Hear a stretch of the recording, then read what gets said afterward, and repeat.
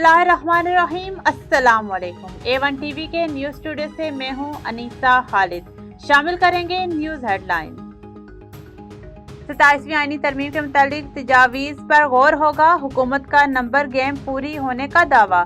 JUI के बगैर senate में 65 अरकान की हमायत मिलने का यकीन। 96 के अवान में पीपल्स पार्टी की 26, नून लीग के 20, BAP के 4, MQM और ANP के 3 सेनेटर्स मौजूद। ANP और 7 आज़ाद सेनेटर्स भी तरमीम के हक में वोट डालेंगे। मजबूत दिफा के लिए 27वीं आईनी तरमीम के जरिए तब्दीलियां करेंगे। मजबूत अदलिया, मजबूत दिफा और मजबूत जमहूरियत हुकूमत की ख्वाहिश है। ऐसी तरमीम नहीं लाएंगे जिससे आइन की बुनियाद कमज़ोर हो।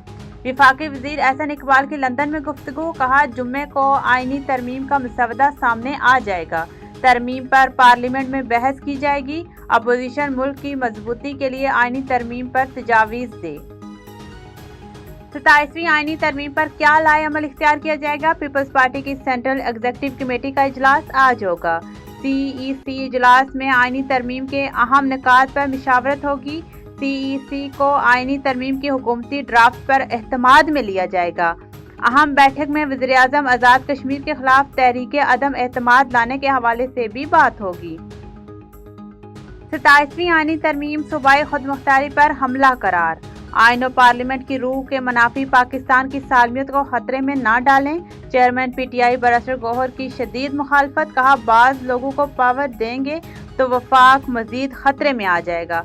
मुल्क की सालमियत और अदलिया को मजीद दाव पर ना लगाएं। वज़ीर आला खैबर पख्तूनख्वा ने भी आइनी तरमीम की मुखालफत कर दी। बोले सूबाई खुद मुख्तारी पर हमला बर्दाश्त नहीं करेंगे।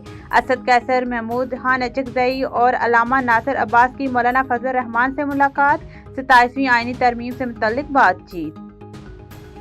न्यूज़ स्टूडियो से फिलवक्त इतना ही। किसी भी खबर से बाखबर रहने के लिए देखते रहिए A1 TV। A1 TV, सब पे नजर, अंदर की खबर।